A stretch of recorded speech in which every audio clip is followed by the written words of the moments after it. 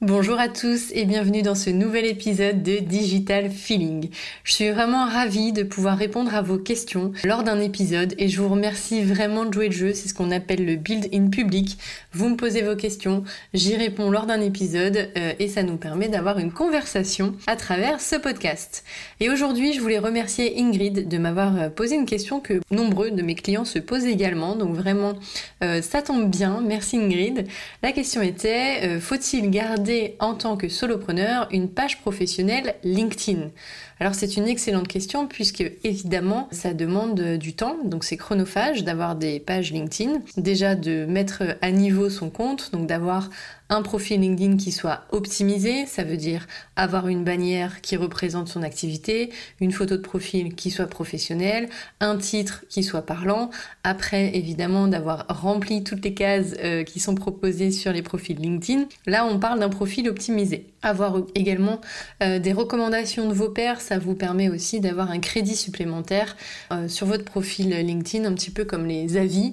Si les avis sont positifs, bien forcément, on a plus envie d'acheter. Donc, si vous avez plusieurs recommandations, ça crée une relation de confiance.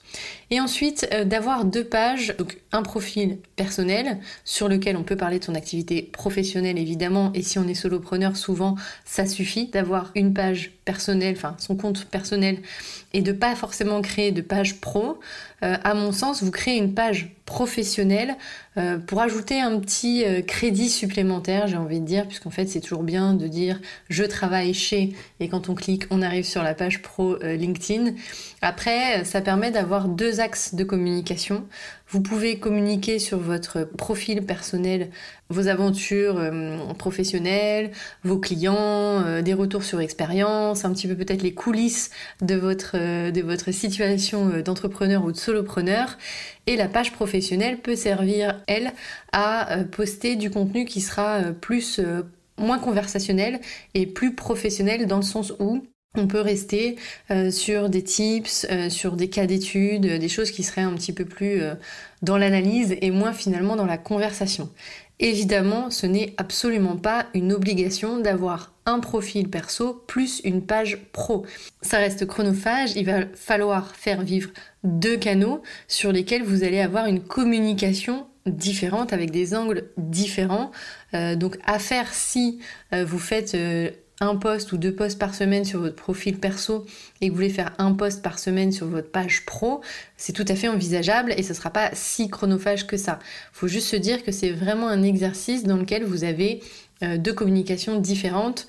Vous allez également avoir des abonnés qui vont être peut-être des abonnés à votre page qui ne sont pas forcément des personnes qui sont dans votre réseau, même si évidemment pour commencer généralement on invite les personnes de notre réseau à s'abonner à notre page professionnelle, mais après vous pouvez avoir des clients, des prospects qui vont s'abonner à cette page pour avoir de l'actualité de votre entreprise, avoir peut-être des tips ou des cas d'études que vous avez l'habitude de poster, prendre la parole et de rester en tête de vos prospects ou de vos clients. Parce qu'il ne faut pas oublier que pour convertir un prospect en client, il faut à peu près 6 à 8 points de contact.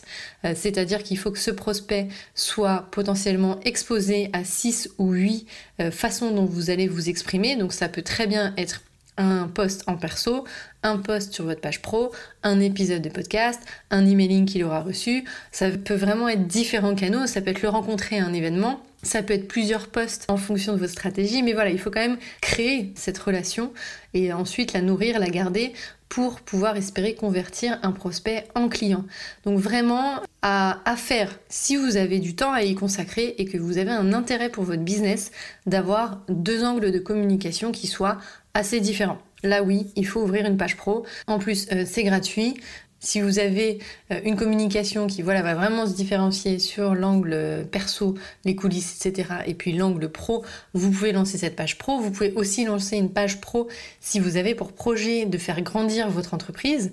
Vous êtes peut-être solopreneur aujourd'hui et demain vous serez peut-être plusieurs, peut-être 2, 3, peut-être plus. Ça peut être un moyen aussi d'avoir un endroit sur lequel vraiment l'entreprise grandit et s'exprime autour de l'entreprise en dehors de votre profil perso dans lequel évidemment vous pouvez parler d'autre chose que de votre entreprise, même si vous êtes solopreneur. J'ai envie de dire deux salles, deux ambiances. C'est à vous de voir ce qui vous convient le mieux. Il n'y a aucune obligation. Stratégiquement, si on est seul, j'ai envie de dire qu'il faut faire au mieux. et au moins chronophage, ou en tout cas ce qui va le mieux servir votre entreprise. Donc la page pro, c'est absolument pas une nécessité. En revanche, un profil pro qui soit optimisé, sur lequel vous allez communiquer régulièrement, fera tout aussi bien le travail et sera même beaucoup plus important que d'avoir une page professionnelle. Ce qui a aussi un autre élément, c'est vrai que la page pro, vous n'allez pas toucher autant de personnes qu'avec votre profil personnel, donc ça peut être un frein. C'est vrai que la portée, elle est beaucoup plus faible. Si vous êtes plusieurs, c'est intéressant. Si vous êtes seul, à voir si ça rentre de votre stratégie, si vous avez du temps pour l'animer et s'il y a un intérêt réel à avoir cette page-là. Let's talk digital. Et d'ailleurs, j'ai évidemment une anecdote à vous raconter là-dessus. C'est vrai que quand je me suis lancée, j'ai lancé une page professionnelle sur LinkedIn parce que je trouvais ça cool, je trouvais ça bien, je trouvais ça pro d'avoir cette fameuse page et de se dire ok, j'existe en tant qu'Elodie sur mon profil perso et j'ai cette page Digital Feeling qui va mettre en avant mes conseils, etc. Avec vraiment deux angles qui étaient assez différents. Un angle sur le profil perso où je parlais de ce qui se passait dans ma vie d'entrepreneur. Voilà, ça peut être les coulisses, ça peut être les conférences, ça peut être les retours clients, les retours d'expérience, etc. Et j'avais sur ma page pro Digital Feeling, en revanche, des conseils qui étaient assez carrés et j'ai envie de dire moins conversationnels que ce qu'on pouvait trouver sur mon profil perso. Mon profil perso, vraiment, j'engageais une conversation et mon profil pro, c'était plus descendant, je donnais des conseils. Et en 2 ans, évidemment, il se passe pas mal de choses. Il faut revoir aussi ses priorités en termes de communication. J'ai ce podcast Digital Feeling, mais c'est vrai que j'ai un autre podcast, Smart Conversation. J'ai une newsletter maintenant et je continue à publier très régulièrement sur LinkedIn. Donc il est vrai qu'il fallait faire des choix en termes de ligne éditoriale et de temps passé sur chaque canal. Et donc aujourd'hui, ma page professionnelle Digital Feeling sert majoritairement à relayer mes épisodes de ce podcast, donc du podcast Digital Feeling, et non plus tous les conseils, puisqu'aujourd'hui sur mon profil perso finalement j'ai repris une communication conversationnelle certes, mais qui va aussi offrir des conseils. Évidemment, donc j'ai tout remis au même endroit et une page pro qui me sert à relayer d'autres canaux comme mes épisodes de podcast.